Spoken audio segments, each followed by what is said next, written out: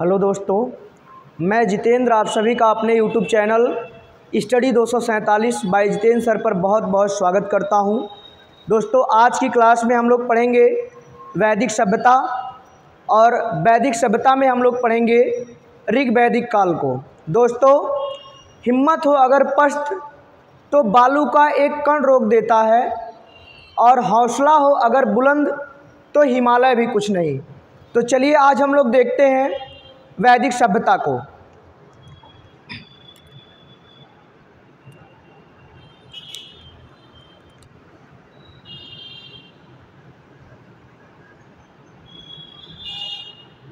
वैदिक सभ्यता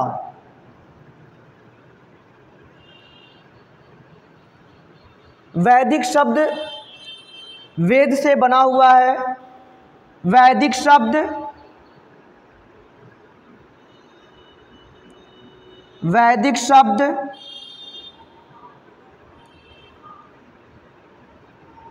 वेद से बना है।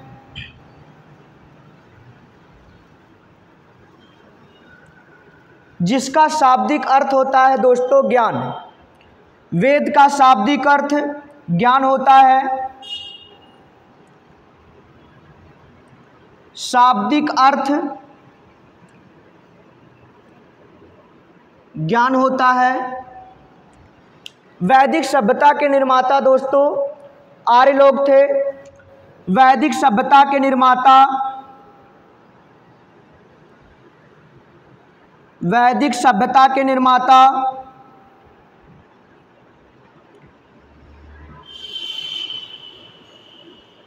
वैदिक सभ्यता के निर्माता आर्य लोग थे। आर्य का शाब्दिक अर्थ दोस्तों श्रेष्ठ होता है। आर्य का शाब्दिक अर्थ श्रेष्ठ होता है। आर्य संस्कृत भाषा का शब्द है। आर्य संस्कृत भाषा का शब्द है। आर्य का शाब्दिक अर्थ श्रेष्ठ होता है। आर्य लोग चारागाह की खोज में भारत आए हुए थे। आर्य लोग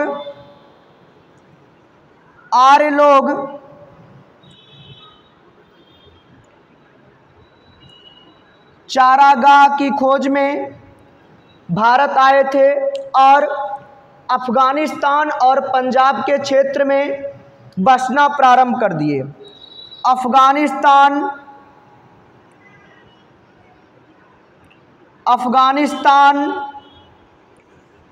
और पंजाब के क्षेत्र में धीरे धीरे बसना प्रारंभ कर दिए। दोस्तों, इतिहासकार मैक्स मूलर ने बताया है कि आर्यों का निवास स्थान मध्य एशिया था, लेकिन अलग अलग इतिहासकारों ने अलग अलग जगह बताया हुआ है। दोस्तों, एग्ज़ाम में पूछा जाता है, मिलान करने के लिए आता है। तो चलिए उसको हम लोग देखते हैं। इतिहासकार मैक्स मूलर ने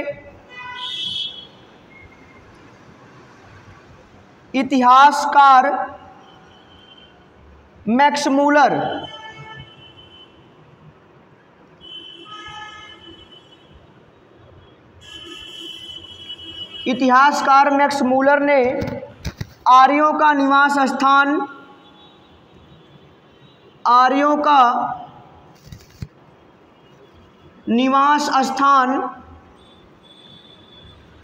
मध्य एशिया बताया है। जबकि अलग अलग इतिहासकारों ने अपना अलग अलग मत दिया है। अलग अलग इतिहासकारों ने अलग अलग स्थान बताया हुआ है। आर्यों का निवास स्थान अलग अलग इतिहासकारों ने अलग अलग बताया हुआ है। तो आगे देखते हैं हम लोग।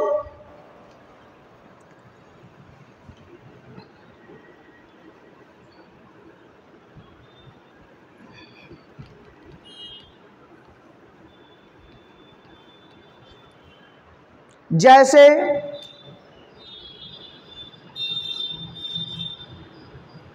जैसे doctor Sampurnanand, doctor Sampurnanand, doctor Sampurnanand ने आर्यों का निवास स्थान, आर्यों का निवास स्थान सप्त सिंधव प्रदेश को बताया है। सप्त सिंधव, आर्यों का निवास स्थान सप्त सिंधव प्रदेश को बताया है। दोस्तों डॉक्टर स्वामी दयानंद सरस्वती, स्वामी दयानंद सरस्वती ने, स्वामी दयानंद सरस्वती ने आर्यों का निवास स्थान अपनी पुस्तक सत्यार्थ प्रकाश में, अपनी पुस्तक सत्यार्थ प्रकाश में तिब्बत को बताया है। डॉक्टर स्वामी दयानंद सरस्वती ने आर्यों का निवास स्थान अपनी पुस्तक सत्यार्थ प्रकाश में तिब्बत को बताया है।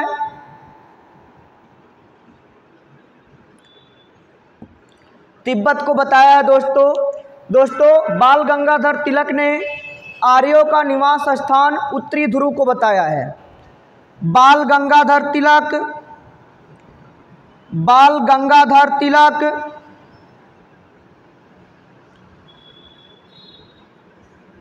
बाल गंगाधर तिलक ने आर्यों का निवास स्थान उत्तरी ध्रुव,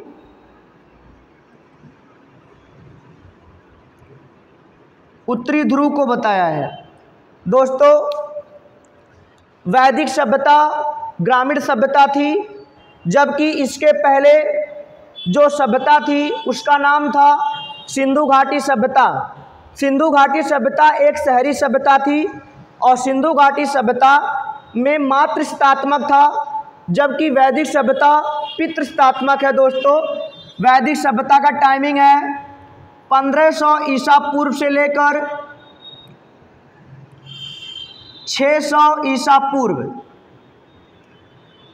1500 ईसा पूर्व से लेकर 600 ईसा पूर्व का टाइमिंग वैदिक सभ्यता का है। दोस्तों वैदिक सभ्यता ग्रामीण सभ्यता थी। वैदिक सभ्यता ग्रामीण सभ्यता थी।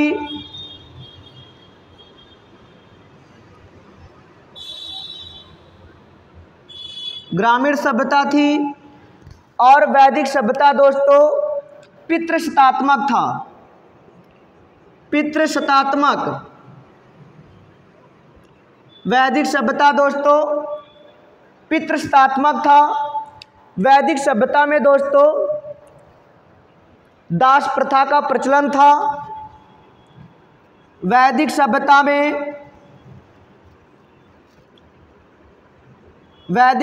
में दास प्रथा का प्रचलन था।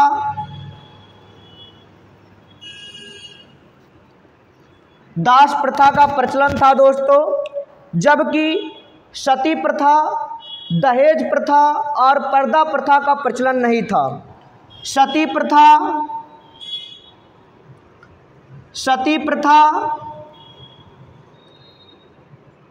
दहेज प्रथा और पर्दा प्रथा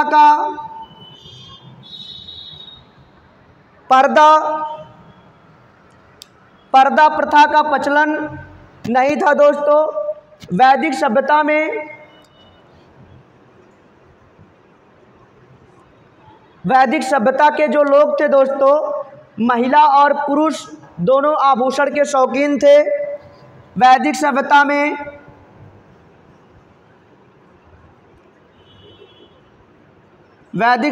में पर्दा प्रथा का प्रचलन नहीं था। वैदिक सभ्यता में दोस्तों महिला और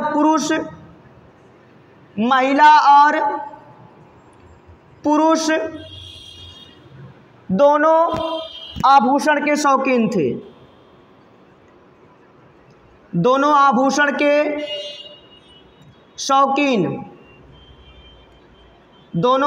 के शौकीन थे दोस्तों। आगे हम लोग देखते हैं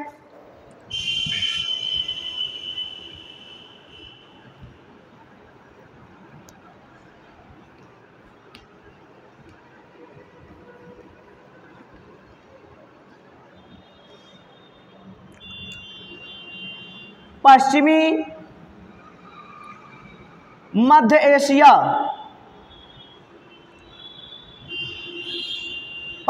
मध्य एशिया से दोस्तों पश्चिमी मध्य एशिया के आधुनिक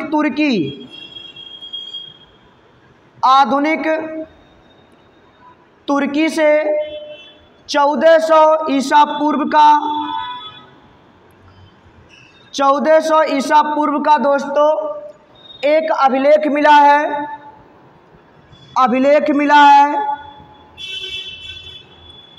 जिसमें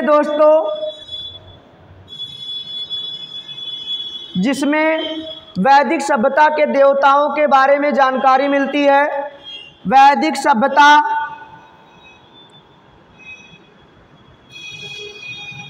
सभ्यता के बारे में जानकारी मिलती है और वैदिक सभ्यता के जो देवता हैं उनके नामों का उल्लेख किया गया है। जैसे पहले जो देवता है उनका नाम है अरुण, उसके बाद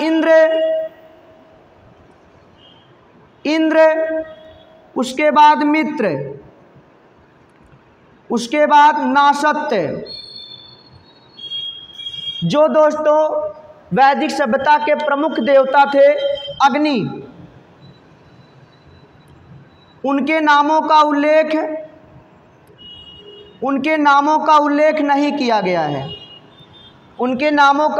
नहीं किया गया है। दोस्तों वैदिक सभ्यता के बारे में जानकारी साहित्य और पुरातत्व दोनों से मिलता है। वैदिक सभ्यता के बारे में जानकारी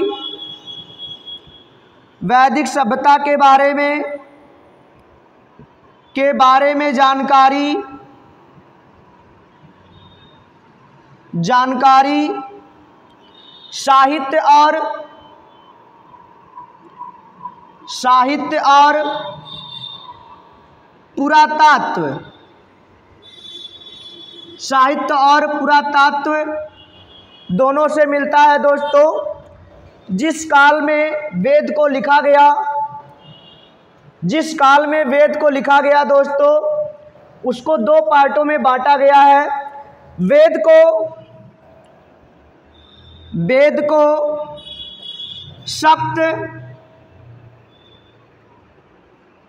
सप्त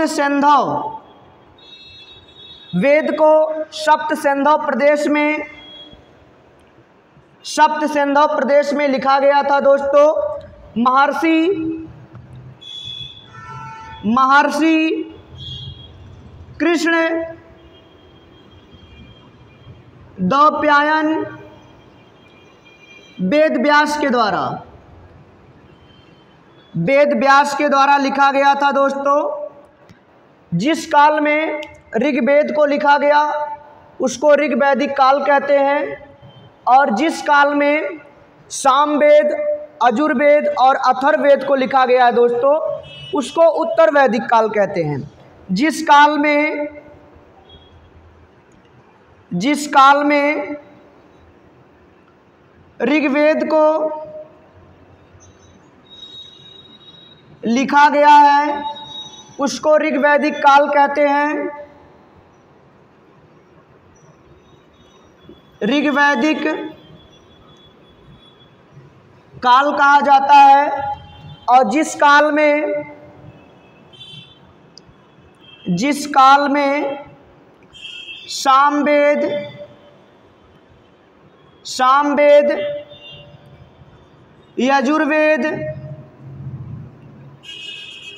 यजुर्वेद और अथर्ववेद को लिखा गया है, उस काल को उत्तर वैदिक काल कहा जाता है। उत्तर वैदिक काल कहा जाता है दोस्तों। आगे देखते हैं हम लोग।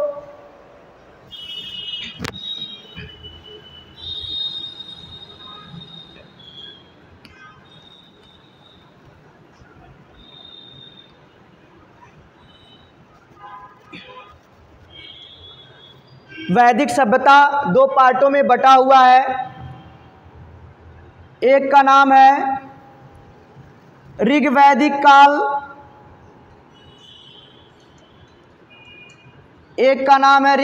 काल, जिसका टाइमिंग है 1500 ईसा पूर्व से लेकर 1000 ईसा पूर्व। इस काल में ऋग्वेद को लिखा गया था दोस्तों। और इसका एक पार्ट है जिसका नाम है उत्तर वैदिक काल। उत्तर वैदिक काल का टाइमिंग है 1000 ईसा पूर्व से लेकर 600 ईसा पूर्व। इस काल में दोस्तों सामवेद,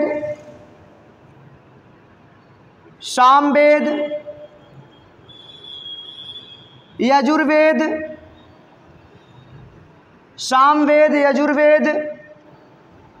को लिखा गया था और अथर्ववेद को लिखा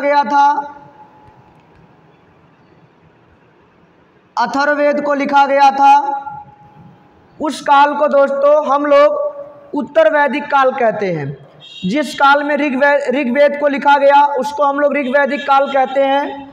उसका टाइमिंग है 1500 ईसा पूर्व से लेकर 1000 ईसा पूर्व। और जिस काल में सामवेद, यजुर्वेद और अथर्ववेद को लिखा गया था दोस्तों, उस काल को हम लोग उत्तर वैदिक काल कहते हैं। उसका टाइमिंग है 1000 ईसा पूर्व से लेकर के 600 ईसा पूर्व। अब हम लोग देखेंगे दोस्तों ऋग्वेद को। ऋग्वेद बहुत ही इम्पोर्टेंट है, इसको हम लोग देखते हैं दोस्तों। वैदिक सभ्यता में हम लोग ऋग्वेद को देखेंगे, तो चलिए हम लोग देखते हैं।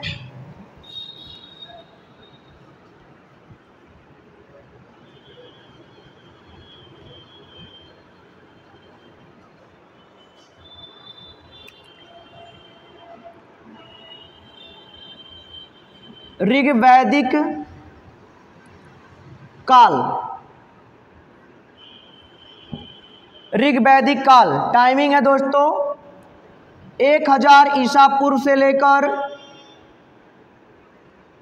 1500 ईसा पूर्व से लेकर 1000 ईसा पूर्व। इस काल में दोस्तों ऋग्वेद को लिखा गया था। ऋग्वेद सबसे प्राचीन वेद है।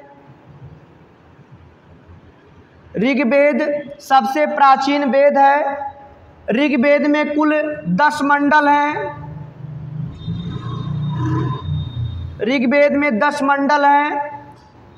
1028 सूक्त हैं। 10,580 लगभग 10,600 मंत्र,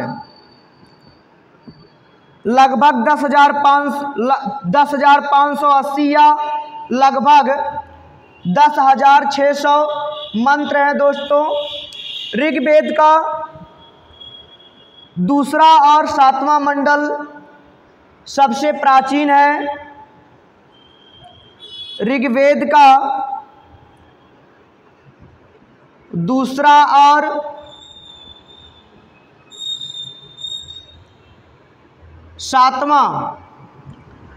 सातवां मंडल सबसे प्राचीन है। ऋग्वेद का पहला और 10वां मंडल, ऋग्वेद का पहला और 10वां मंडल सबसे नवीन है। ऋग्वेद के तीसरे मंडल में दोस्तों गायत्री मंत्र का उल्लेख किया गया है। गायत्री मंत्र सूर्य देवता सावित्री को समर्पित है और यह विश्वामित्र के द्वारा लिखा गया है। एग्जाम में कई बार पूछा जा चुका है कि गायत्री मंत्र का उल्लेख किस मंडल में है, तो गायत्री मंत्र का उल्लेख ऋग्वेद के तीसरे मंडल में है, विश्वामित्र के द्वारा लिखा गया है दोस्तों। और यह मंत्र सूर्य देवता सावित्री को समर्पित है। तो ऋग्वेद में गायत्री मंत्र लिखा गया है दोस्तों। गायत्री मंत्र का उच्चारण करना चाहिए, इससे बुद्धि का विकास होता है। गायत्री मंत्र है ओम भूर्भुवस्सुः तत्सवितुर्वरेण्यं भर्गो देवस्य धीमहि धियो यो न प्रचोदयात्। इसका अर्थ होता है दोस्तों, हे विश्व निर्माता, आपके पाप नाशक ज्योति पुंज से हमारा उद्धार हो और आपके आलोक स्पर्श से हमारी बुद्धि सही दिशा में संचलित होती रहे। तो दोस्तों गायत्री मंत्र का उच्चारण करने से पापों का नाश होता है और बुद्धि सही दिशा में संचलित होती है। तो ऋग्वेद के तीसरे मंडल में, ऋग्वेद के तीसरे मंडल में गायत्री मंत्र का उल्लेख किया गया है। गायत्री मंत्र का उल्लेख किया गया है दोस्तों, और यह गायत्री मंत्र सूर्य देवता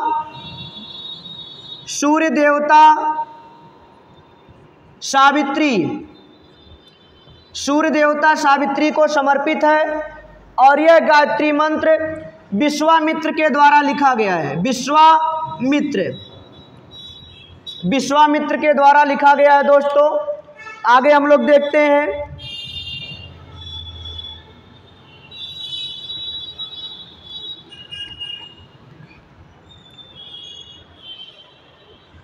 ऋग्वेद के सातवें मंडल में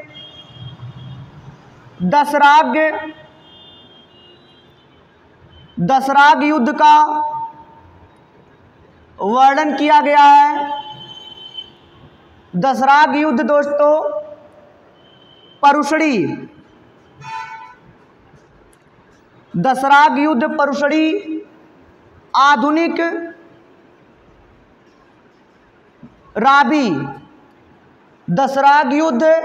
परुषड़ी आधुनिक रावी नदी के तट पर हुआ था। रावी नदी के तट पर हुआ था।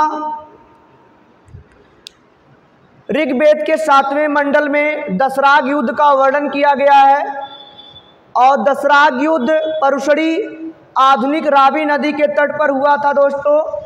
इसमें भारत वंश के राजा सुदास और उनके पुरोहित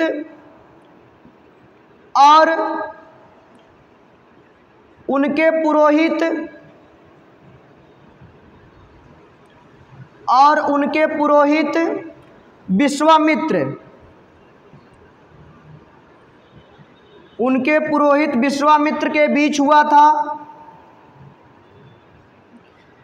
एक तरफ दोस्तों सुदास थे और एक तरफ 10 लोग थे दोस्तों इसमें सुदास विजयी हुए थे और 10 जनों की हार हुई थी। और 10 जन वही लोग थे जो इनके पुरोहित थे। विश्वामित्र के साथ में 10 लोग थे और सुदास भरतवंश के राजा थे जो अकेले एक तरफ से युद्ध लड़ रहे थे। तो दोस्तों एग्जाम में क्वेश्चन पूछा जाता है कि दशराग युद्ध का वर्णन किस मंडल में है। तो दशराग युद्ध का वर्णन ऋग्वेद के 7वें मंडल में है। दशराग युद्ध परुशड़ी आधुनिक रावी नदी के तट पर हुआ था। दशराग युद्ध सुदास और 10 जनों के बीच में हुआ था, जिसमें सुदास विजयी हुए थे और 10 जनों की हार हुई थी। ऋग्वैदिक काल में दोस्तों ऋग्वेद के 9वें मंडल में ऋग्वेद के 9वें मंडल में देवता सोम का उल्लेख किया गया है।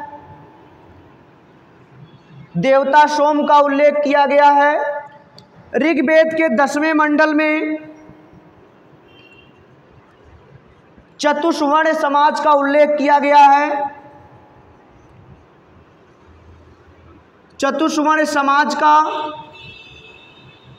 का उल्लेख किया गया है।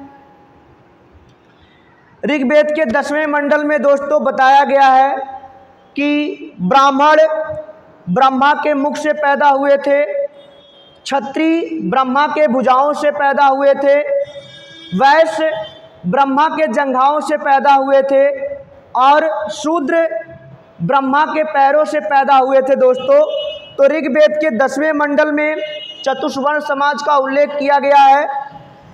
ऋग्वैदिक काल में दोस्तों वर्ण व्यवस्था व्यवसाय पर आधारित था। ऋग्वैदिक काल में वर्ण व्यवस्था व्यवसाय पर आधारित था। व्यवसाय पर आधारित था दोस्तों। ऋग्वैदिक काल में आर्यों का मुख्य व्यवसाय पशुपालन था। ऋग्वैदिक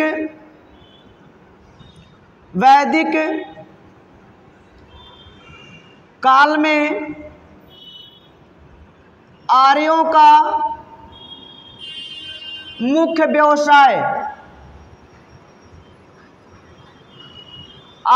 मुख्य व्यवसाय पशुपालन था। ऋग्वैदिक काल में दोस्तों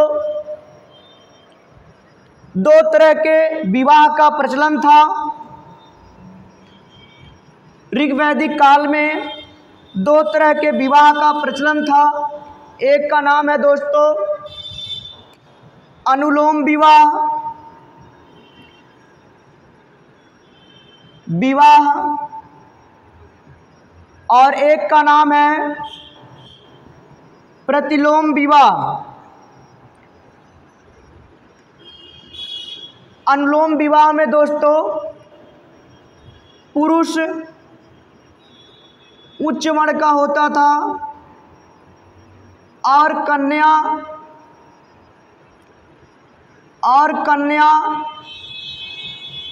निम्न वर्ण की होती थी। प्रतिलोम विवाह में दोस्तों पुरुष निम्न वर्ण का होता था और कन्या उच्च वर्ण की होती थी, उच्च वर्ण की होती थी। तो दोस्तों ऋग्वैदिक काल कंप्लीट हो गया। मुझे उम्मीद है कि आप लोगों को ये वीडियो पसंद आएगा। अगले क्लास में दोस्तों हम लोग उत्तर वैदिक काल को देखेंगे। उत्तर वैदिक काल में सामवेद, यजुर्वेद और अथर्ववेद को लिखा गया है दोस्तों। तो ठीक आज के लिए इतना ही। Thank you.